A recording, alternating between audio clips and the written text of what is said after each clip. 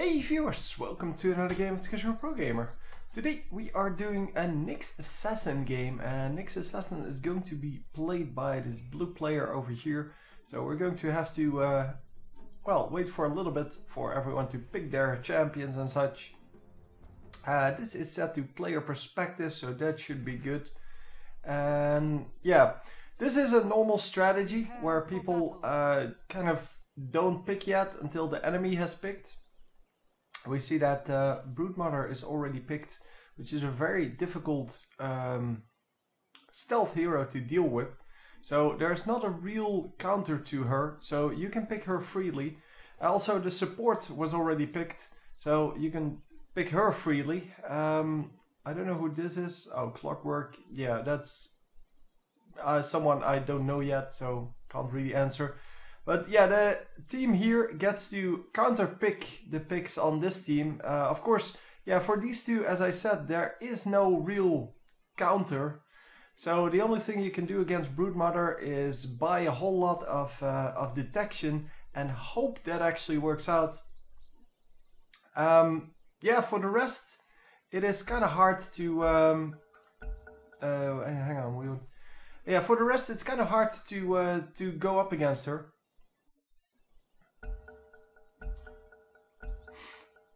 So it seems that we have a disconnect here on Crystal Maiden, and that's why they're trying to pause. It's really bad, by the way, to just unpause the game every time. It's really bad behavior. And yeah, well, that's why the whole team, so the whole green team, is trying to stop them from restarting the game. And where are we? We are currently, hang on, player perspective. We are in top lane, and we have the difficult task of just getting up to level 6, and then at level 6 we will become invisible. And once we become invisible, at least I think you can only pick it at level 6. Some of the ultimates can actually be picked earlier, and yeah, that of course makes for a whole different playstyle. But I'll have to see. To be honest, I have never played Nyx Assassin yet. Although I have played against him, and I just don't remember. So anyway, his skills, this is a pop-up as well as AoE damage, I guess, in a line. So we will see it used soon enough, I guess. It throws people into the air, and when they land they take damage. Maybe even a stun? Yeah, it even has a stun, so up to 2.7 seconds. It's kind of a strange... 2.77 seconds is kind of a strange amount of stun length, I guess. Anyway, the mana burn, yeah, it does exactly what it says. It burns mana, so if you attack someone with it, it takes away part of their mana, as well as do damage equal to that mana. But it is based on the amount of intelligence that hero has.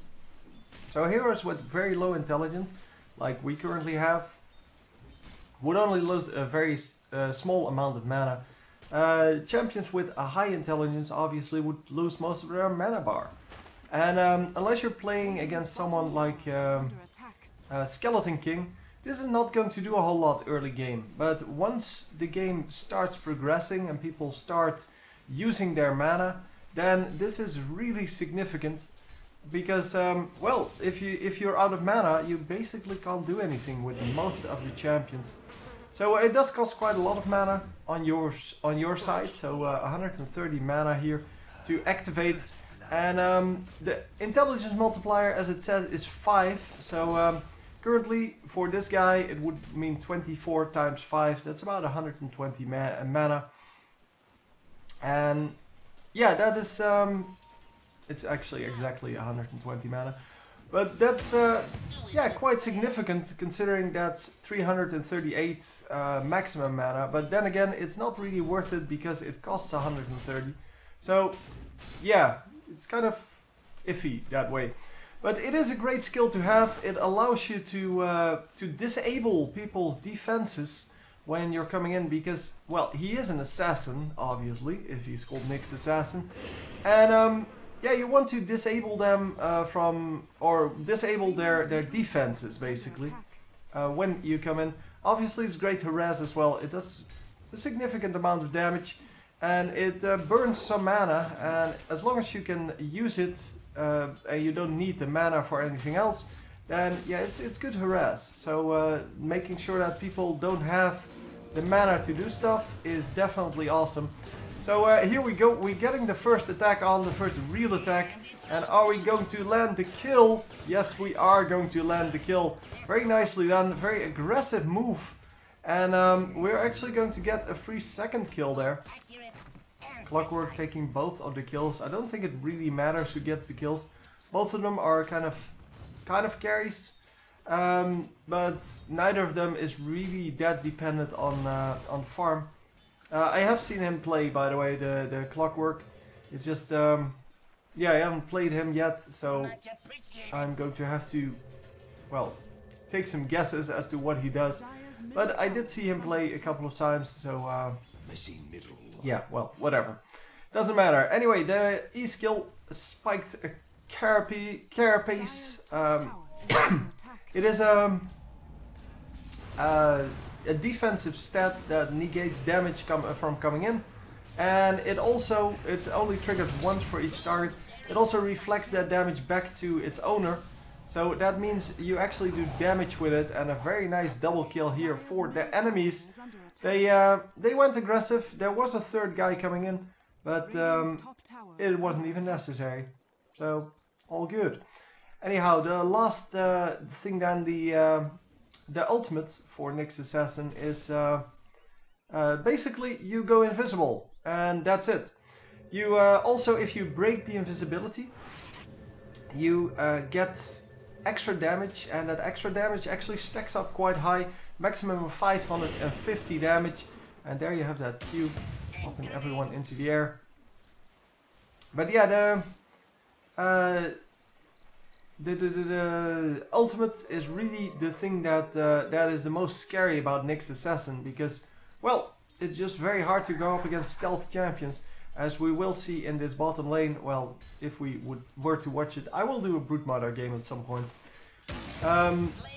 So Nyx Assassin, definitely not one of the most difficult champions to play, but also not one of the simplest. So it's kind of a medium skill level required, I guess. And yeah, you're pretty vulnerable. If you build the right things, you're pretty vulnerable to just, well, all kinds of stuff. It doesn't really matter. I was wondering, equal to the multiplier of its intelligence. Yeah, I was wondering why he has Mantle of Intelligence. With a +3 intelligence. I guess for the mana regen then? But yeah, they have Crystal Maiden on their team, so don't really understand why you would go for extra intelligence. Yeah, it's not that big of a deal. The mana pool becomes a little bit bigger, as it says every point increases the mana by 13, and you get 0.04 mana per second from it, and that doesn't seem like a whole lot, but if you multiply that by the 30, well 29 that he currently has, it actually becomes a lot more, or a lot more significant. And wow, just a huge amount of damage. And are we going to get out here with Clockwork? It is going to be close. Oh no, yep, he gets picked off. Oh my god, that was just the last possible attack, and it actually worked out for the enemies. Anyway, we start off with the 0-2 then on, well, this champion, 2 and 2 on the Clockwork. So 2 and 4 lane currently, and yeah, that's of course not what you want to have out of that. I'm just wondering why we are not switching targets here. Oh, there we go. He was probably doing something else. Broodmother got a kill, and then Queen of Pain gets a kill. So all kinds of good stuff going on in other lanes. I don't really care who gets a kill on who. So I know we're going to do well because I already know the end score for this guy. It's kind of how I base or how I decide which champion I want to do. Because, well, the champions that I am currently doing have to have a good score. Because if they don't have a good score, then what's the point of showing you their playstyle? And wow, yes, nicely done. Another kill for them. And this should also be a kill because, well, they overextended quite a bit. But the support is coming in. They do land the kill there. But are they going to survive this? I think it's Phantom Lancer that's coming in here. Yes, it actually is. Because Phantom Lancer is, of course, really scary. And yeah, they are not going to. Well, one of them is not going to. The Clockwork might actually still survive here. And he is going to survive. He's not going to land the kill, though.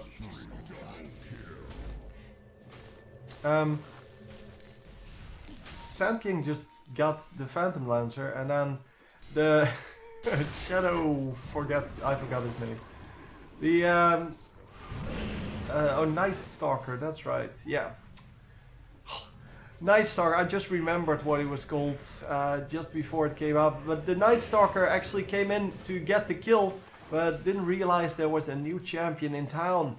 And that new champion, well, just owned his face. And it is time to get these double kills going. Come on! Yes, we get one kill. And are we going to land the second? Well, he's definitely dead, but I don't know whether we can actually pick up the kill without losing anyone. Okay, we can. No problem. Yeah, I saw the Sand King coming in, so I didn't know who it was, of course, because yeah, I'm not that quick in looking all over the map and seeing who's who.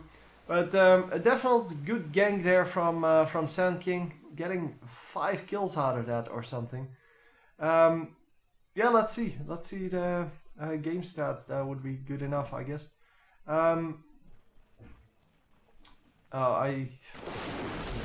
Let's get this. It's so much easier for me. 3 and 1. Yeah, they got 6 kills out of that total, I think. We are currently, Broodmother is at 1. We are currently at 1 and 2. No, 2 and 3. 2 and 3.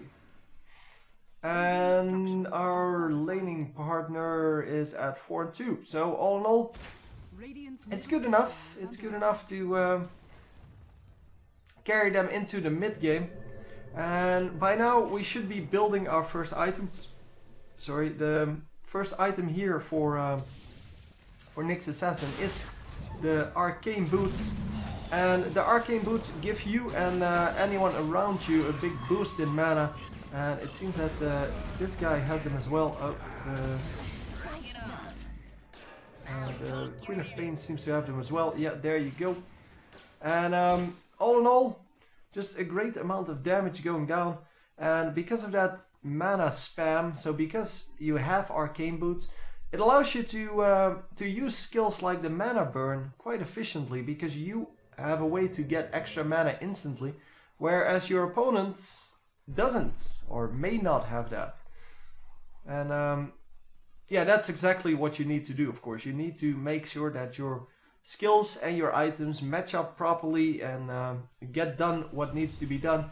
I think this is why he bought that extra intelligence. He wanted the null talisman. And yeah, I guess that's just it. So one word still left. He's really playing a support role so far. Really giving the kills away to other people. I don't know if he's actually giving them away or if he's just missing the last hits. But so far it seems to all be doing well. And yeah, the Undying dies again. So Undying really not living up to his name so far. I don't know who's shooting all those things straight across the map, because someone is shooting straight across the map a couple of times already.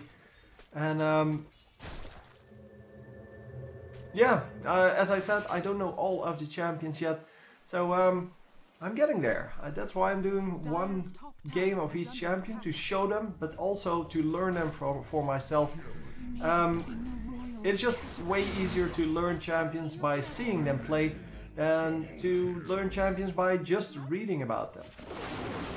Obviously, the best way to learn champions would be to actually play them yourself. But yeah, well, don't really have the time to play every champion multiple times until I understand what he needs to do. It's much easier to just watch other people perform well with certain champions, and by doing so by getting the good replays out, I'm kind of learning by other ones' examples, and that is excellent. That's exactly what I want to get out of this.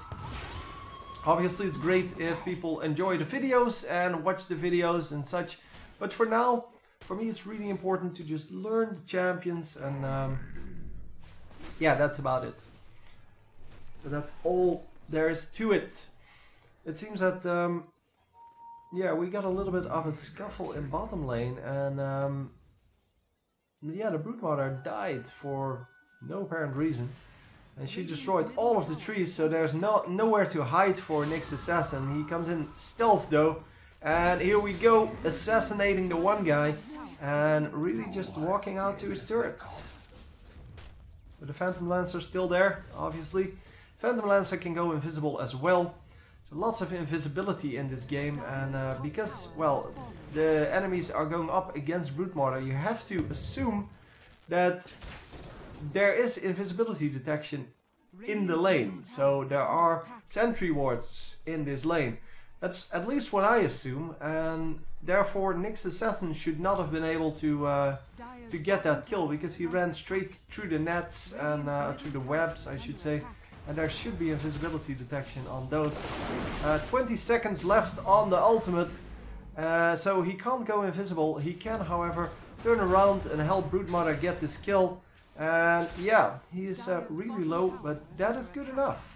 And are we going to make it? Are we going to get the kill? Broodmother screwing up a little bit. But she does get the kill? I don't know. I don't know if she got the kill. I'm assuming as much. But, well, Sand King getting a triple kill. That is also quite good.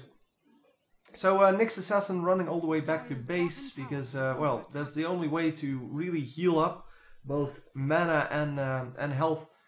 Yeah, has the... oh, come on. Dust of Appearance. Dust of Appearance currently, yeah, the best way, I guess, to deal with everyone, because, yeah, you can't carry around sentries all game and then hope to plant them everywhere. Because that's not how that works. And Dust of Appearance actually sticks. Dust of Appearance actually sticks to invisible, well, to all enemies.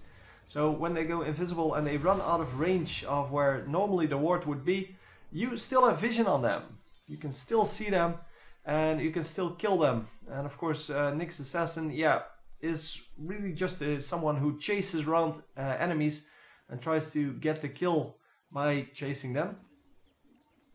And, well, we have a little bit of a lag going on. Hopefully that does not stick. Nope, it seems to be fine now. And every time I say that, it will lag another time, so let's not. Anyhow, we get another kill here for our Nyx Assassin, and I don't know what's happening here. So let me just pause the game for a moment, and hopefully everything will be fine after we rejoin. Come on. I don't know what's happening. Okay, seems to have resolved itself. Let's hope it actually sticks. Sorry about that, it happens sometimes. It doesn't happen a whole lot in Dota though. So that's why I was surprised. So who's going to get the last hit on the turret? Oh, people coming in, but it's only one guy, and yeah, that's not going to be a very big deal. It is Phantom Lancer who can go invisible, but as I said, the Dust of Appearance will stick to him, and they will get the kill because of that. Nyx Assassin just got killed. Okay, he got stuck on the ultimate from, oh no, that's not an ultimate, the clockwork mines. And I think that's what basically killed him. That's not an ultimate because he used it on like level 2. And okay, we're going after him and we get the kill, no problems. Yeah, the turret still shoots you, even though he technically wouldn't be able to see you. But yeah, well, nicely done. It's a shame that Nick's assassin died, but well, that's the way it goes. That's the price you pay for fame. No, actually he's doing quite well, so he is getting focused a little bit. Obviously, he is still not very tanky, and you can take him out quite easily. Crystal Maiden doing a little bit of ulting here. You can't ult the catapult, dude. Anyhow. Yeah, the Staff of Wizardry. It has been purchased a little bit ago, but it is going to be built into something other than that, because once again, intelligence, and he's not an intelligence hero. Better yet, he doesn't get any other bonus than just the mana regen and mana boost. So I'm really wondering what he wants with it. Obviously, there are several things you can build with it. And I'm just looking forward to seeing what they are, or what he actually has planned for us. Because, yeah, well, as I said, you can do multiple things with it. Double damage rune here. And are we going to catch up with anyone? It seems not. It seems that everyone is just safely doing whatever. Oh, but he can see this guy. Yep, there you go. Very easy kill. They have a ward over here, as you can see. It's on the high ground. Let me switch cameras so I can actually show it to you. Free camera. It's on here. And because it's super high ground, it actually gives quite a lot of vision. So, yeah, that's exactly why you place it there. You place it there to see those jungling champions and to make sure that your invisible champion, in this case the next assassin, can just sneak up on them and kill them. It can also be done by just someone who's really fast, such as a Night Stalker. But those places are really, really great to ward. And yeah, it just, I don't know, it allows you to do a whole lot of goodness. And here we go with the Broodmother as well as the Sand King. They both just are going to hammer on that one dude that was there. And they should be able to kill him. Yeah, there you go. And hello. Where do you think you're going? There you see why he is an assassin. It is an insane amount of damage that he puts out. It's really a nice burst. Well, as well as because he's invisible, he can just sneak up on people. It's like a ninja that way. Just taking out the bad guys. Well, technically ninjas aren't by definition good guys. But yeah, they are assassins as well. So yeah, sneaking up to them. Well, with the stealth, and then just killing them straight off is exactly what he needs. So what is he building? He is building the